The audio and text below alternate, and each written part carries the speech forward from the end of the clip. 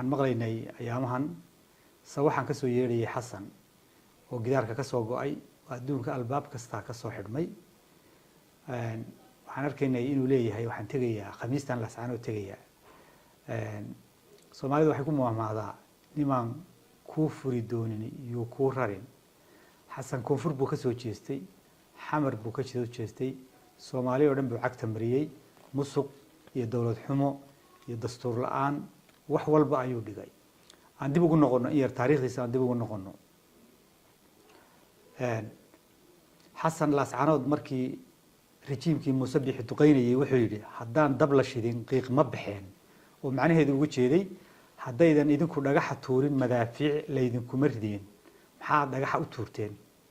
xasan intii lascaanood la duqeynayay 9 bilood ah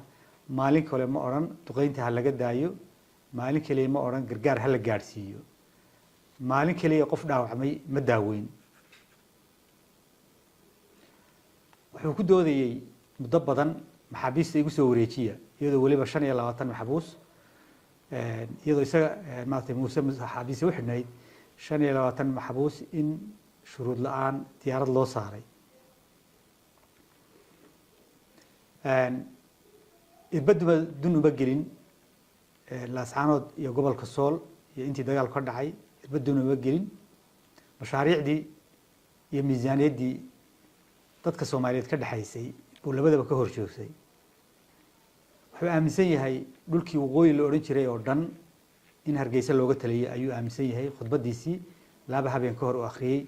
ayaa cadeynaysay xasan firliye xisbigiisa ku darsaday markii Soomaali inteedii kale Jubbaland hore ula joogtay uu ku duulay ay kagana baxday maamul xumadii iyo dastuur dumintii iyo musiqii iyo dhibaatadii uu la galay dalka saa ay tahay haddana markuu ku danaystay oo shirka ku dhaafay waad ogeydeen inuu dib ula kulmi waayay oo intaas oo bilood uu firliye raadinayo inuu xasan la kulmo xasan isaga yiri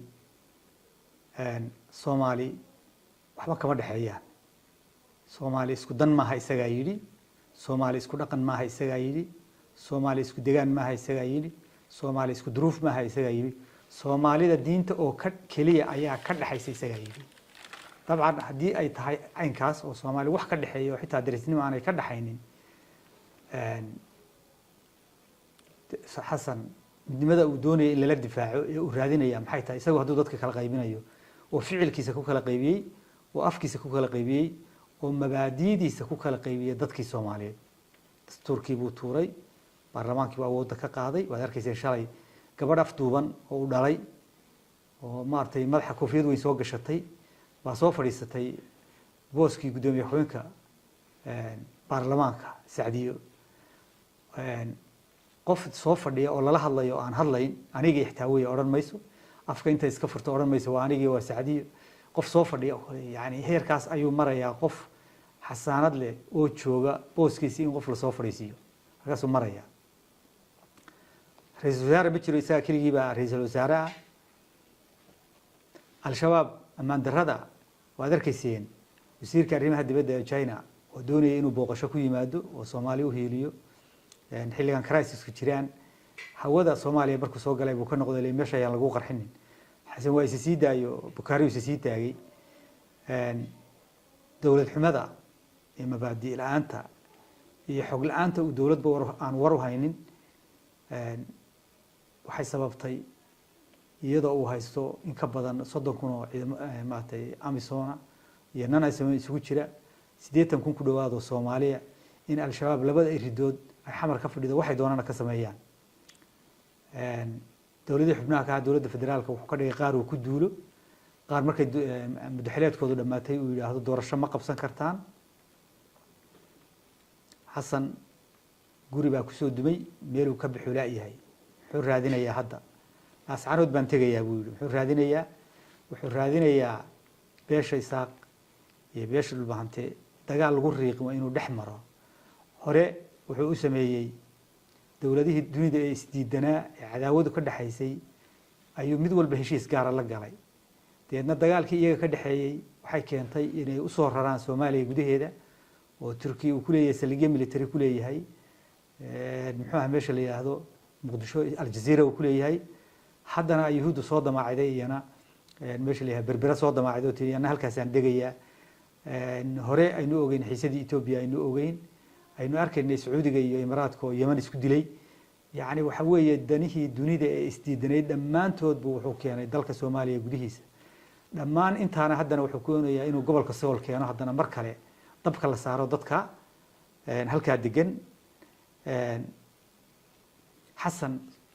maartay hadduu cid hiil u geliyo oo cid u hiilinayo oo Soomaalinimo ku jirto ama muslimnimo ku jirto inkastoo yiri Soomaaliya waxba kama dhaxeeyaan حوالي oo in ka badan 700 oo dhimasho iyo dhaawac ay u taalo taakuladii ka goostayo laba diyaaradood u soo saaray 8 kartoon oo COVID-19kii maartay qalabkiisii afka la gashanayay iyo kii la xidhanayay oo waliba taariikhdoodu dhacday oo yani kiimikaliskii lagu buufiyay yani waqtigoodii dhacay taasaa ku tusaysa haddii uu meel xoreynayo haddii uu meel daafacayo hadduu meel nabadgelyadeeda sugayo waxaan garanayn Sool nabadgelyada uu u sugayaan garanayn Ruunirgood iyo Aada Yabaal iyo Cali Yaale iyo ba dadka lagu bireeyaa kuwaas oo nabadgelyada sugi lahaa kuwaas ayuu muxuu ahaayay al-shabaab ka xoreyn lahaa geeska Afrika in Yahuudi timaado maxaa keenay Yahuudi inay timaado waxaa keenay maamul xumada Xasan damaaciga hunguriga ku dhisanay Xasan oo ah dawladda istiidan mid walba inuu heshiis la galo deedna dagaalkii iyaga ka dhaxeeyay inuu soo raro oo colaadii ay isu qabeen ay timaado maartay geeska Afrika timaado oo Soomaali dhexdeeda timaado ninka saadadkii u kala qaybiyay yani guri weynaantiisa yani inuu 9 safiir oo jifidiisa ay yeesho Soomaalida kale dhamaanteed imise helaysa jifidiisa oo kale markuu 9 safiir u sameeyo yani boobkii dhulka iyo dalka iyo siyaasadii dalka iyo maamulkii dalka uu boobayay wuxuu ku sii daray amnigii iyo noloshii dadka inay hadda khalkhal ku jirto dagaal sokeeyo oo hor loo isagu mas'uul ka yahay inuu abuuro waxaan kula talin lahaa beelaha dhulbaahantay iyo Isaaq colaada Xasan wado inay ka digtoonaadaan oo dib uga joogsadaan dariska ciidii bedelaysa ma jirto Isaaqna meesha ka guuri maayo dhulbaahantana meesha ka guuri maayo dantoodu labadooda waxay ku wada jirtaa inuu mid walba iimaansado dhulka inta uu leeyahay dariskiisana ammaan geliyo Xasan imaanshaha uu imanayo ciidamaan keenaya aan xuduudda geenaya uu leeyahay Aadan Yabaalo 50 kilomitir u jirta ka yar hageeyo Balcad Ruunirgood hageeyo arintaasi